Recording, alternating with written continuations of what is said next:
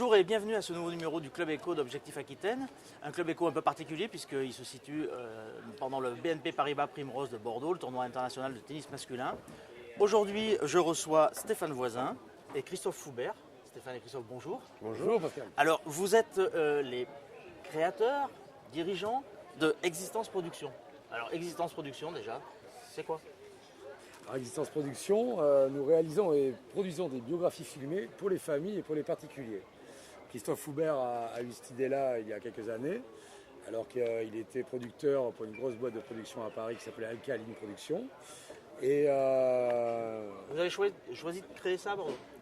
Voilà, en fait la publicité, moi je sors de la publicité, j'ai fait 15 ans de publicité, de production de divers films aussi bien du court-métrage que de la pub web, que de la pub télé.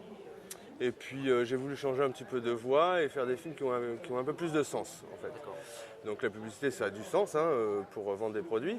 Mais là, j'avais envie d'entrer un peu dans une idée de profondeur, de reportage. Vous avez dû benchmarker quand même un peu. Ouais. C'est quelque chose qui ne se faisait pas en tout cas, pas comme vous le faites, c'est ça ? Non, en fait, c'est assez précurseur, dirons-nous, sans aucune prétention.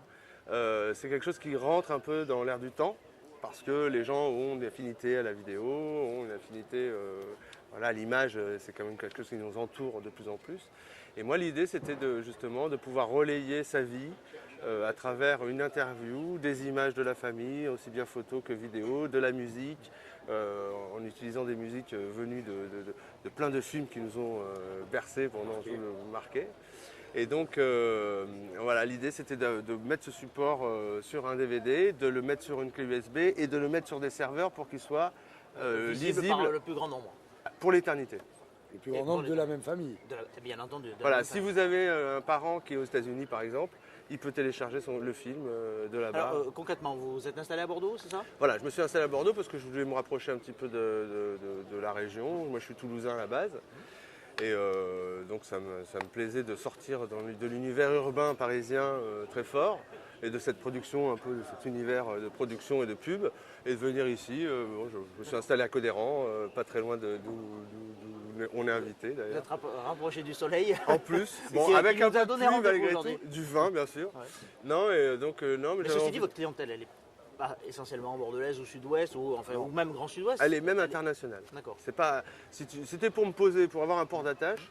J'avais envie de rentrer dans une autre philosophie aussi, plutôt que cette cohue parisienne. Voilà. Et vous, Stéphane, vous êtes rentré dans l'aventure à quel moment ? Tout de suite aussi ? Non, ça fait 1 an et demi. Christophe a lancé ce projet-là il y a plus de 3 ans et demi, c'est ça ? Oui, j'ai longtemps que je l'ai en tête. J'ai fait beaucoup de pilotes avant de savoir. Moi, je sors d'un cadre différent. J'ai été responsable directeur de discothèque. J'ai travaillé pendant 22 ans dans l'hôtellerie-restauration très haut de gamme. Je suis acteur de réseau, donc. Et Christophe, qui est un bon ami à moi. Vous avez mis votre réseau à la disposition, finalement. Tout à fait. Tout à fait. Donc, et puis c'est un projet philosophique tellement touchant, tellement prenant. Je suis rentré dedans et je me le suis accaparé à part entière. C'est vraiment une idée qui permet de développer un outil de transmission familiale. C'est très fort. À dire comme ça peut paraître un peu égocentrique de faire un film sur soi, sur un récit de vie. Il y a un côté très patrimonial finalement. Tout à fait. Et surtout la sensibilité que ça procure à ses proches et aux familles, c'est bouleversant. Voilà. Il y a aussi un phénomène d'approche, la façon dont vous le faites. C'est vrai que ça sublime les gens, tous les gens ont une vie assez particulière malgré tout. Il y a plein de gens qui vont vous dire « oui, moi ma vie, j'ai pas grand chose à raconter ». Et puis quand ils vous racontent des choses, c'est passionnant.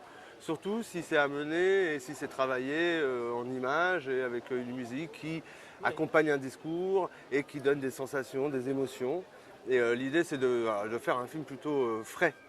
On n'est pas dans la mélancolie, on est dans la réalité, dans la vérité. Vous ne choisissez pas que des adagios pour illustrer les vidéos. Voilà. Et puis des fois, il y a des parents ou des grands-parents qui ont raconté des choses à un enfant ou à un petit enfant, mais ils ne l'ont pas raconté à l'autre. Là, ça lui permet d'avoir un discours uniforme pour que tout le monde entende le même message. Dites donc, c'est la fin des secrets de famille alors Non, parce on n'est pas là, on fait pas. Ça peut être aussi la bonne occasion de faire connaître un secret de famille. On fait pas de sensation.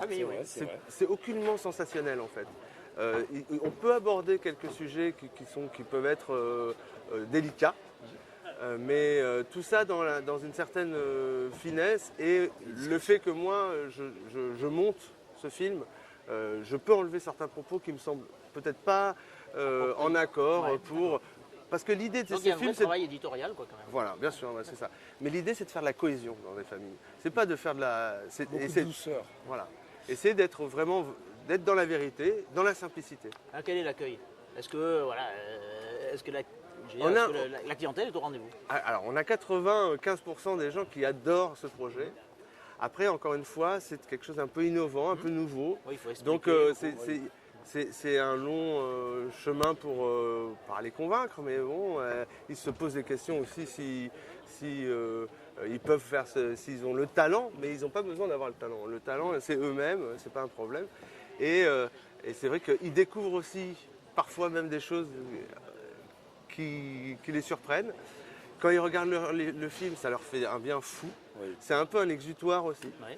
Il y a quelque chose de psychanalytique dans ce projet, parce que je suis face à face avec eux, il y a un canevas qui est travaillé, on sait de quoi on va parler, mais quand on parle et quand on discute, des fois, on ne va plus loin que ce qu'on a imaginé pouvoir dire. Et alors parlons des choses qui fâchent, mais il en coûte combien de faire un film comme celui-là? Alors, nous, on a plusieurs forfaits, on a 3 forfaits, un à 300, à 3000, pardon, 590 jusqu'à 6790. 5880. 5800, voilà. Il y en a un qui maîtrise mieux les chiffres. Hein. Vous avez le créateur. C'est la créa et, voilà. et après il y a les comptes. Les Voilà. comptes du chiffre. En fait, globalement c'est un vrai travail de fond. Il y a un vrai travail de rendez-vous, moi, où je veux prendre le temps de faire les choses. C'est pas une petite interview, on arrive Ça se passe en plusieurs étapes. et on fait une interview, je Grosso monte modo, il vite faut fait. combien Non. de temps pour réaliser 4 à 6 mois. Ah Voilà. oui, quand même. Ouais. Pour la livraison. Moi, je mets environ 20 à 25 jours pour faire un produit sur la base up, dirons-nous. Faut pas donner de prix. D'accord. Ok. Vos objectifs dans les mois, dans les années à venir?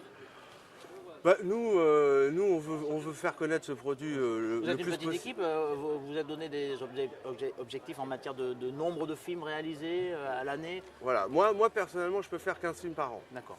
Après, derrière, monter des équipes pour... J'ai envie de garder exclusivement les interviews, que ce soit moi qui les fasse. Garder cette idée d'échange avec les gens, ma personnalité. Et après, voilà. Et après, les chercher des monteurs qui peuvent nous épauler pour en faire davantage et sortir. Parce que moi, je suis aussi réalisateur, monteur, je fais tout. Je m'occupe du son aussi, ça va. Donc vraiment, je maîtrise tous les outils pour pouvoir fabriquer ce film. Mais à terme, c'est vrai que si demain on a une forte demande, il va falloir quand même former des gens à monter avec une charte bien précise. On a quand même existence, c'est une charte, c'est un univers, et tout ça c'est livré dans un super coffret avec un DVD, une clé USB, et voilà, c'est un vrai beau cadeau. Bon, Christophe, Stéphane, on est dans le cadre d'un tournoi de tennis. Alors, je ne sais pas si vous êtes tennis, plutôt foot, plutôt rugby, j'en sais rien, mais en tennis, alors je vais vous demander de me donner quelle est votre idole en tennis. Joueur ou joueuse d'ailleurs, hein? Joueuse, j'en ai une. Mais idole, ouais, moi je reste quand même sur Yannick Noah, je suis désolé. Ah bah oui, c'est un grand souvenir, ouais, Ouais, forcément.